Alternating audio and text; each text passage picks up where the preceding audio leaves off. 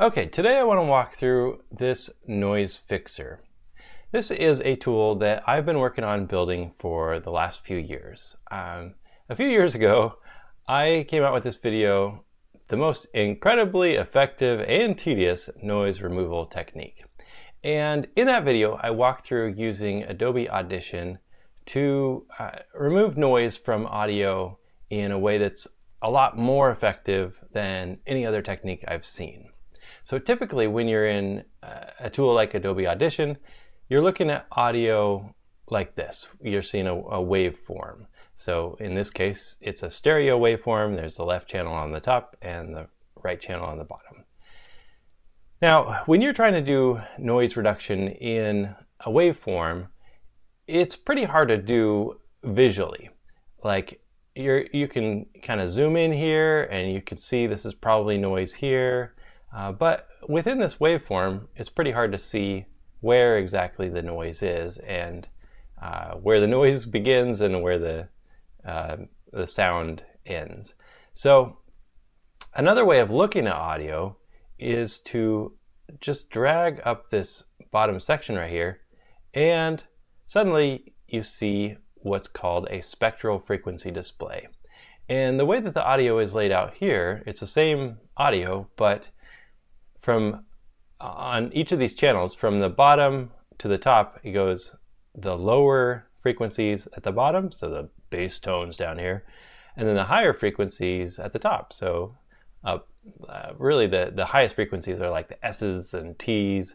So if we zoom in here, that's what a lot of these sounds are up here, are S's and T's.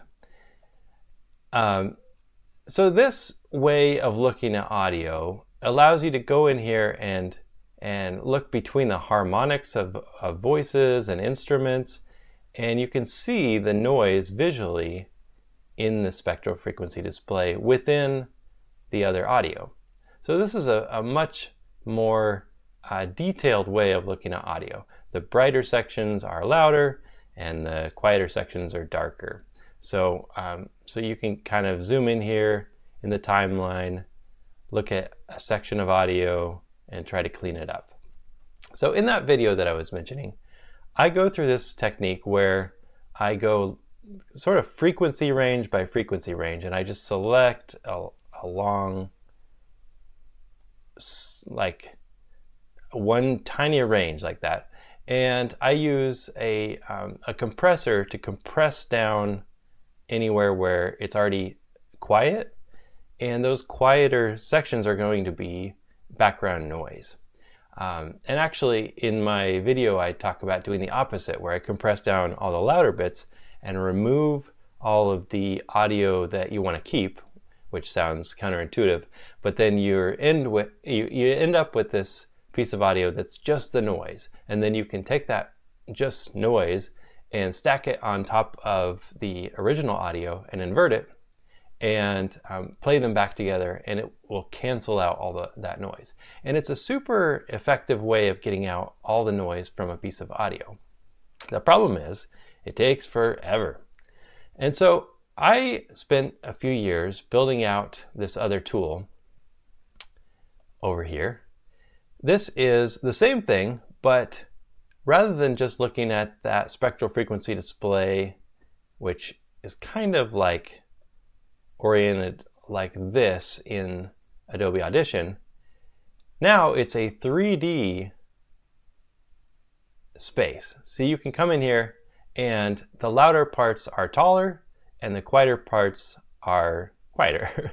I mean, the shorter parts are quieter. So how does this tool work? The way that it works is this red area, anything that's inside that red area, the tool will compress down, kind of like I was talking about earlier, but this way you can visually see what it's going to compress down. You can move these sliders over here in this section and visually get a clear picture of what you're taking out from the audio. So you can come up here, and if you want to, you say, okay, that looks like noise. And the way that you can tell is when you start seeing sort of patterns, that's typically part of the actual recording. Sometimes it can be noise that's just like on top of the original audio that you want to keep. But a lot of times those patterns are parts of the noise that you want to keep. And so when you drop down these thresholds, you can start seeing that it's all the same. It's kind of like it's hard to distinguish any patterns in here. So that typically means that that's noise. So you just drag these sliders up until it covers up any of those areas that are probably noise.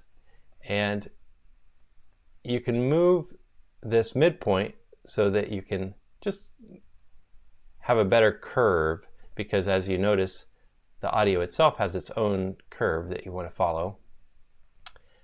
And you can also do something like drop this threshold down and the low frequency threshold down and move this midpoint somewhere specific that you want to target. And you can do that same noise reduction technique, but do it much faster and with a lot more fidelity. You're looking at exactly what it is that you're taking out. And you can also preview what the audio will look like when the operation is done, when the processing is done. So you can also output the noise only, so you can see what you're taking out. So you can get a really clear picture of exactly what you're doing to the audio.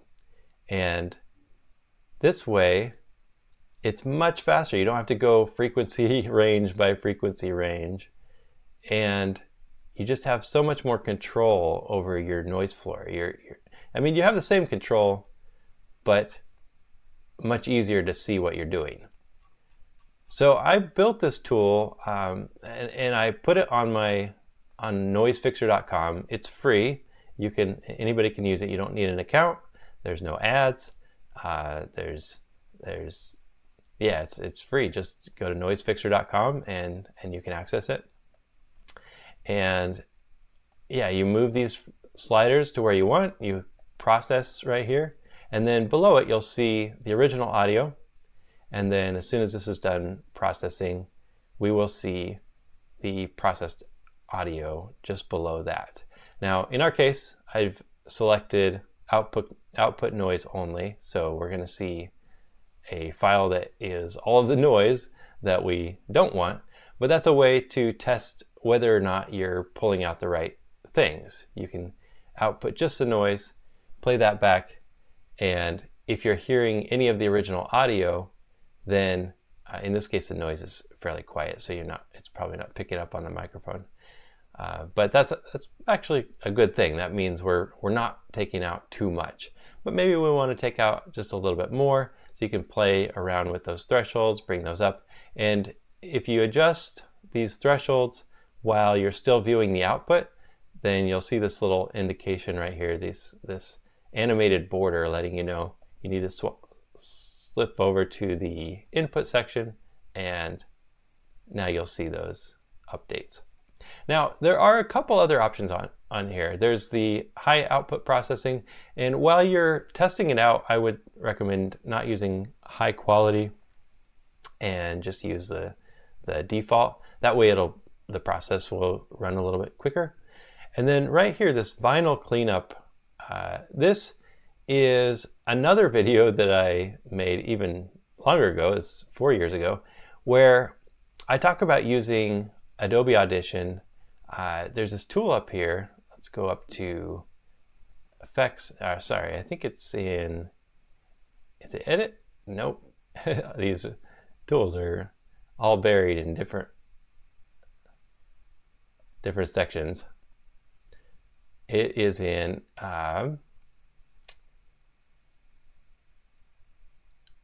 stereo imagery, centered channel extractor.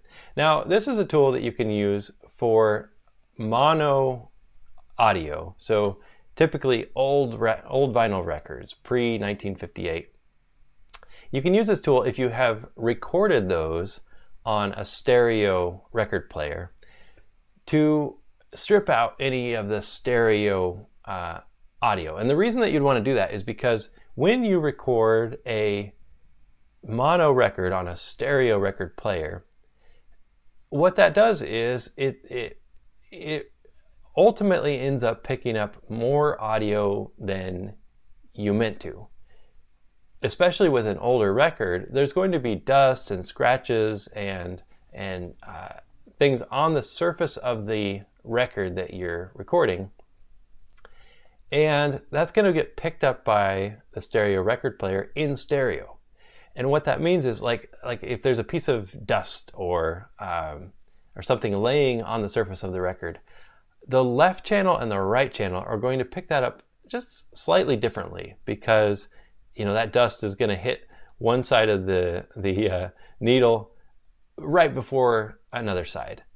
And because of that, because it's picking it up in stereo on a stereo record player, when you strip out the stereo information from what should be a mono record, you're removing all of that surface noise.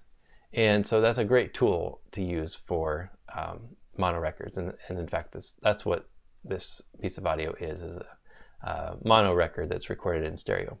But you can do that same thing from here. There's just a toggle right here. Now you don't want to do that with stereo audio because it'll strip out the stereo, but just toggle that on if you're dealing with a mono record. So that I just threw that in there because I know some part of my audience is going to be using that tool, because I've got 10,000 views on that video, which is not nothing. It's a few people that are interested in that. So now it's just a toggle within a free tool that you can use. You don't even have to have Adobe Audition.